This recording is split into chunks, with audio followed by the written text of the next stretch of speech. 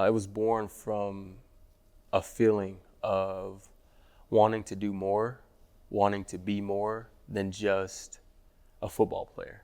I always knew it was bigger than football, and finally having the platform and having the opportunity to make it that, I owed it to myself, I owed it to my family, I owed it to anybody that, had been a part of my life to live that out. That's where the I Am Gifted Foundation, the I Am Gifted brand was born. It's more than that, it's a movement. We just want to encourage people that everyone was born with a gift, and you just have to find yours, use it, embrace it, and use it to shed light in this world. What are you grateful for? And I'm just grateful that I had the opportunity to wear that silver and black. Say it one more time for the people in the back. You'll just see the unity, the passion, the family, everything that the black hole stands for.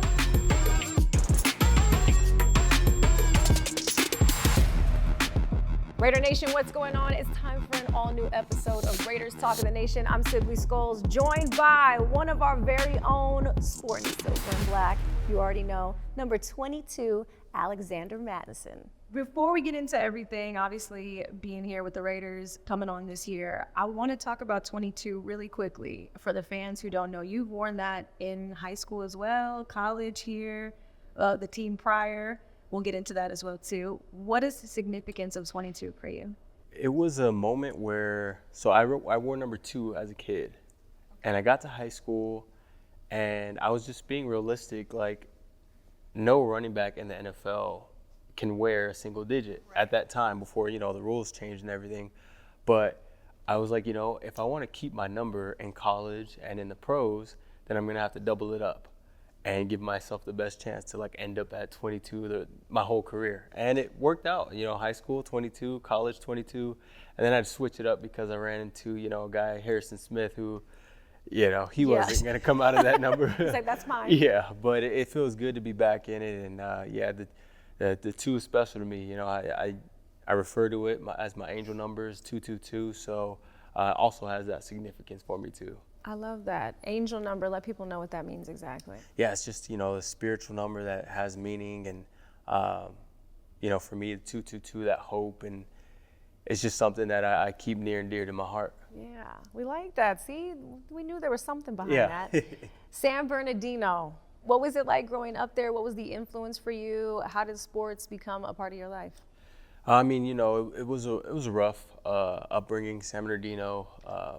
If you do your research, it's definitely not known for the best things. So navigating through that was a rough childhood in that sense. But having my family, having my mom and dad, my aunt, my uncle, my brothers, my cousins, the tight-knit family, the strong in faith family that we were, made everything so much better. And then, of course, the love of football.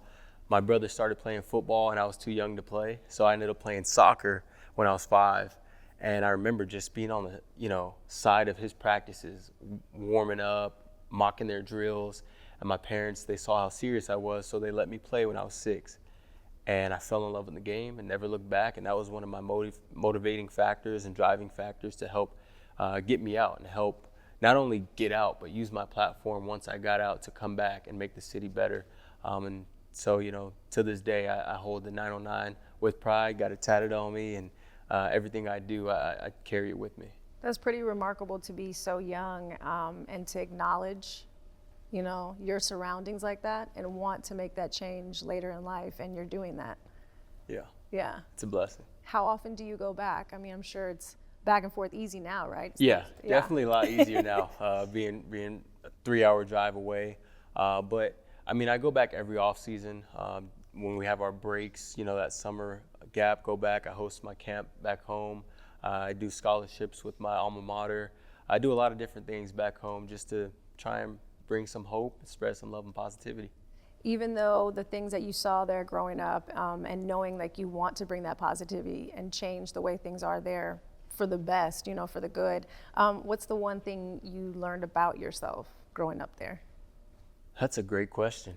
I learned how resilient I am. And that's something that I'm glad that I was able to figure out, one day looking at myself in the mirror, understanding, all that I've been through, the adversity that I've had to overcome, the adversity that I've had to see my parents overcome, that it was in me to be resilient and fight through any adversity that comes my way. And I think that's probably something that, to this day I carry with me, is that San Bernardino spirit of resilience and grit. I love that. Had to think about that one for a second, Yeah, right? yeah, a little bit. I've never been asked that question. It's good to vocalize. Yeah, to say it out loud. Well, the resilience continued from a young one to college, being there, the career success that you had, Boise State. Because I do want to talk to you about a player running back that's coming out of there right now. I'm sure you know who I'm going to mention. But talk to me about the influence that had and just the success you had while you were there. Yeah, it was a one-of-a-kind atmosphere, one-of-a-kind place to be. I'm glad that I got to experience playing on the blue. That culture is contagious there, the winning culture, the blue-collar mindset. And I was blessed to receive an offer and blessed to get the insight and the feeling of, this is where I need to be to go there and experience that. And it's one of those places that I tell people, look, you might think of, Bama and this and that when it comes down to being on the big stage, but it's one of those places. I'm here today, 6 years in, because of a lot of those values and that work ethic that I built on top of, everything that I've worked my whole life for, but at Boise State University. So yeah, it's an amazing place. Good times. The kid I'm talking about, Ashton Jeanty. Ashton Jeanty, yes. Okay, I was listening to Marshawn talk about him with Mike Robb recently. He's one to watch. Yes, he's one of one. How does it, yes, one of one. I think Marshawn even said that too. He's him. What is it about him and his game what do you attribute to his success that he's having over there right now? Man, it's, he's got the it factor. He has, I think, the perfect balance of where his height, weight, strength, speed, everything is just put together properly, where he's really compact and explosive, and that helps him get out of a lot of different tackles, and he has the top end speed to run away from guys. And then, of course, like I said, that mentality, that blue collar work ethic. He's not going to just settle for a 50-yard run. He's going to try and get that 62-yard touchdown, whether it's fighting off 5 guys at the end, at the goal line or not. So, yeah, he's just one of a kind, and it's so great to see a great player in him, but a great person too, having a conversation, a relationship with him outside of football. He's just a great human being, and it's just amazing to see. And I love that he's rocking the 2. It looks even better in the 2. Yeah, you're like, you look good in that. Yeah. The influence that I'm sure, again, like you said, knowing him off the field, and you guys have a great relationship. You're an influence to him, I'm sure, and he influences you. Yeah. But your time in college and then coming into the league, who were some guys that you looked at or influences that you had coming in? Yeah, definitely. It's funny you mentioned Marshawn Lynch was one of the huge influences on my game. Him, Adrian Peterson, Jamal Charles. Those were pretty much 3 of the backs that I kind of molded my game after watching growing up and, learning. And it was just one of those things where it was, you see a player, you kind of can see a little bit of yourself, and you use what they have to kind of mold and shape your game. But I'm glad that I wasn't the type of kid to say oh, this is my favorite player and that's the only player, but to pull from a bunch of different players because they all have different skill sets that make them unique. So just watching them and learning from them, it was definitely a big impact on my game. Do you have a relationship with those guys? And it's cool you landed at both those teams, yeah, right? Yeah, definitely. Minnesota and Raiders. Yeah, I got AP locked in my phone now. Marshawn Lynch, I've met a few different times now and had some conversations with him. I've not yet connected with Jamal Charles, but yeah, it's awesome to see. I kind of gave AP the old man comment after my rookie year. What'd you say? We played them, and he was at that time he went to Washington. Yeah. And after the game, he came up to me and we were talking. We had a moment, and I had a pretty good game. So he called me Beast Mode 2.0, and I was just like, yo, this is crazy. This is AP. And I told him, I said, man, I grew up watching you, and I was like, oh, I don't mean to make you feel, I'm sorry. In the moment, I was like, I'm sorry, but like, man, I looked up to you. I look up to you still to this day. So Yeah. it was awesome. That's cool to have those moments, and now he's in your phone. Yeah. And you guys are cool. You can call him, I'm Yeah, sure, yeah. for anything. I like to ask guys who are in the league about the college experience and then going into the league. What's the comparison between those two, and how do guys, go from what you do to being in that actual game? It's a big difference. When you get out there on the field, it doesn't matter. It's between the lines. You have 53 yards horizontally, and linebackers can move lateral. Some of those DBs on the back end, they can come downhill really fast. And it's about, being strategic. It's about learning angles. It's about learning how to manipulate a defense, how to manipulate your angles to combat what a defense is bringing at you. So for me, I look at it in a whole different mindset when it comes down to game speed. And that's what makes a big difference. And that's what, some of these young guys coming in, they have to really adjust to at first. Remember that's a tip, adjusting, Yeah. understanding. Yeah. It's going to be a little different, but you got this. Yeah, definitely. Yeah. Well, here we are, Raiders emblem right there, looking at us, silver and black, suiting up for the first time, and that knowing the history of this organization and what you're playing for in your career right now. What does it feel like to you to have that honor? It feels special, especially being a Southern California kid.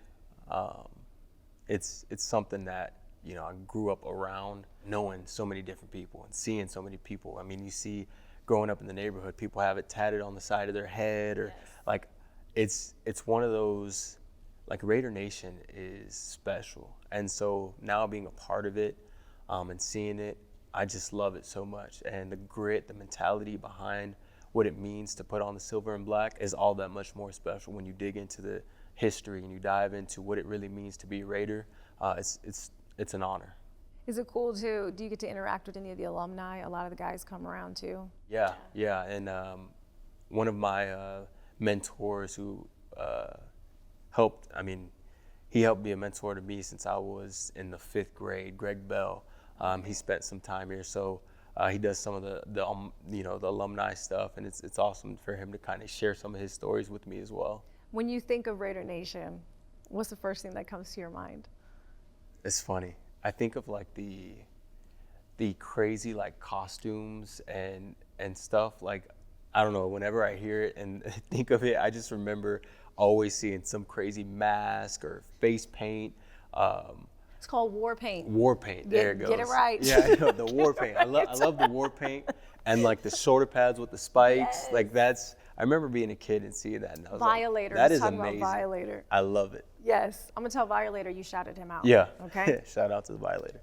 Besides, what you do, on the field as an NFL player, you have such a philanthropic background. You do so much. I know it's coming from the heart. You can tell it without even knowing your stories. I know recently you posted your foundation. You're relaunching it. Yeah. So new look, more involvement, even more than what you had before, to make sure it continues to go where you want it to go. Can you give us some background on that, how it started, what you do in your foundation? Yeah, definitely. For me, it was born from a feeling of wanting to do more, wanting to be more than just a football player. I always knew it was bigger than football, and finally having the platform and having the opportunity to make it that, I owed it to myself, I owed it to my family, I owed it to anybody that, had been a part of my life, to live that out. And because I've always, had that mentality in high school, college, and finally getting to the NFL, I didn't want to just slap Alexander Mattison on some t-shirts or slap my face on some merchandise and have a camp or anything like that, but I wanted it to be more than that. So that's why I took my time with it, and I remember having a conversation with my mom, and she's always showing love and re-emphasizing to us, how special we are, how loved we are, how gifted we are. And I remember a conversation we had where she was just kind of giving me those positive affirmations, and it stuck with me. Months later, I thought about it, and I was like, what do I want my brand? What do I want this to be? And that's where I came up with the movement of I Am Gifted, and using, my initials to mean more than just Alexander Mattison, but to mean something deep.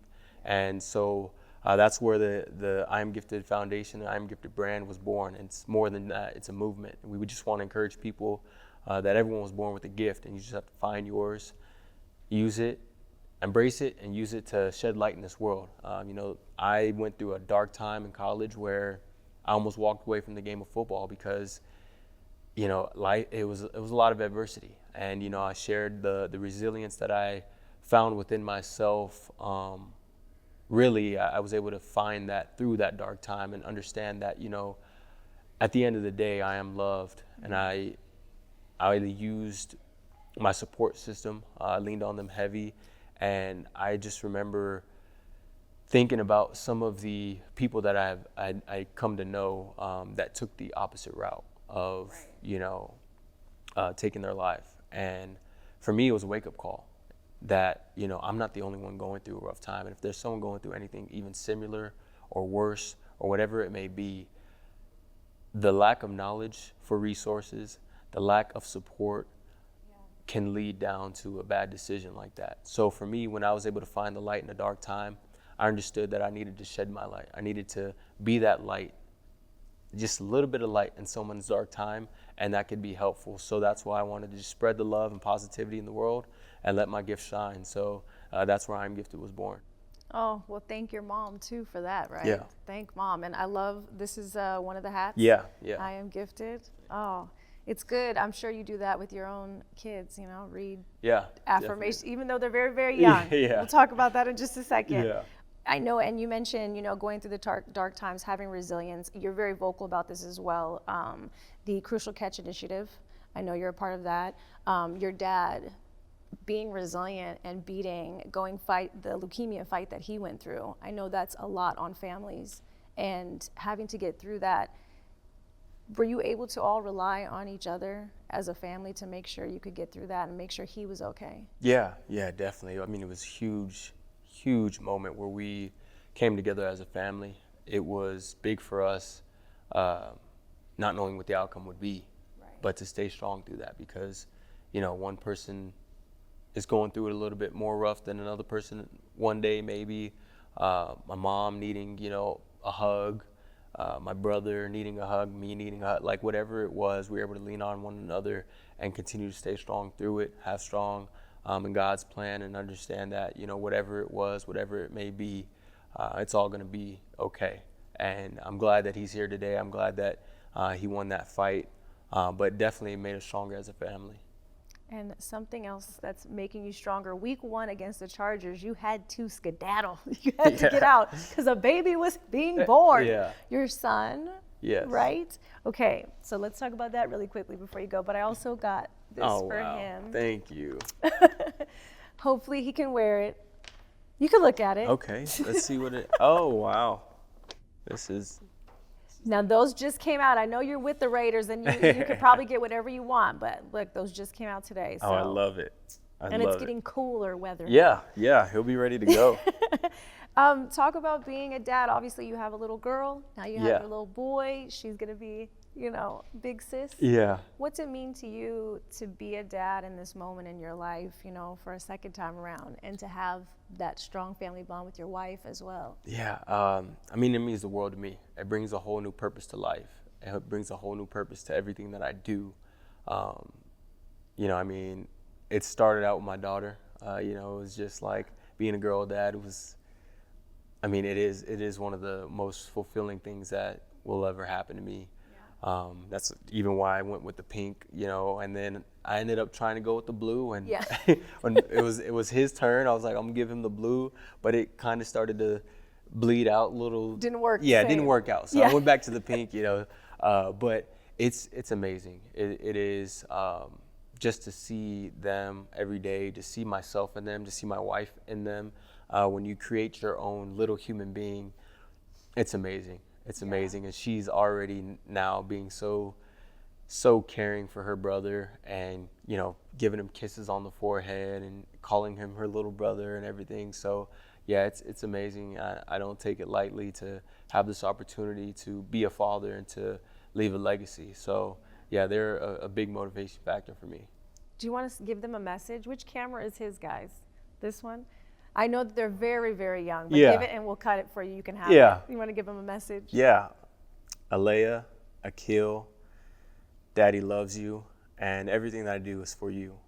One day, you'll be old enough to understand that all the love that me and your mother have for you will pay off. And, you know, when we say no, it's not a bad thing. It's it's to help you learn. And I just love you guys so much, and I can't wait for you to run the world.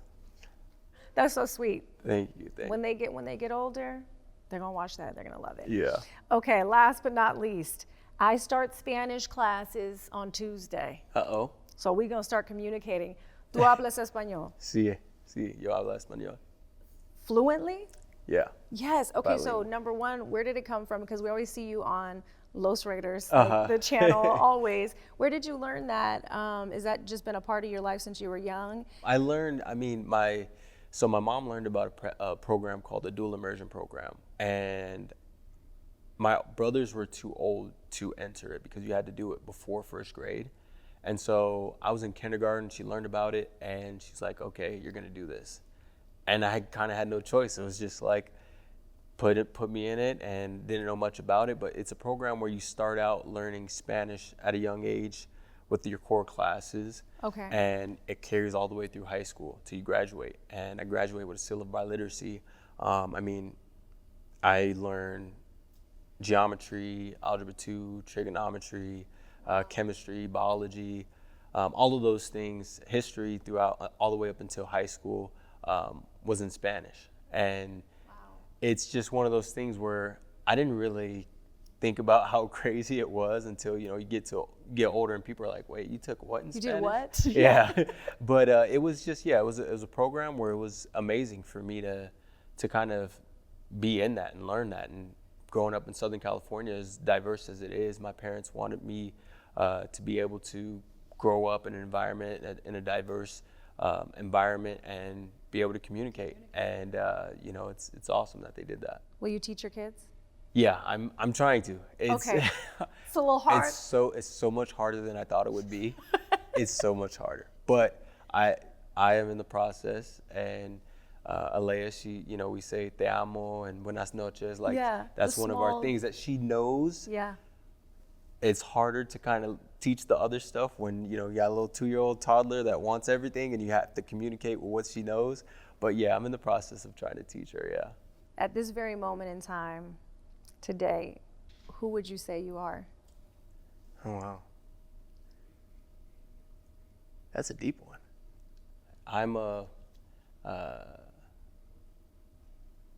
father, a son, a brother, and a loving and caring human being, trying to do the best I can. I love that. It's a good answer. That's a pretty good answer. Surprised myself. Yes. We're learning something new every Yeah. day. Raider Nation, that's it. Thank you, sir, so much. It was Thank great you. to have you on. Yes. Thank you for going deep with me. It was good. Oh, I loved it. Send It was our my love. pleasure. Send our love to the babies. Good luck on Sunday. Thank you. Raider Nation, we'll see you next time. This is Talking to Nation. Bye.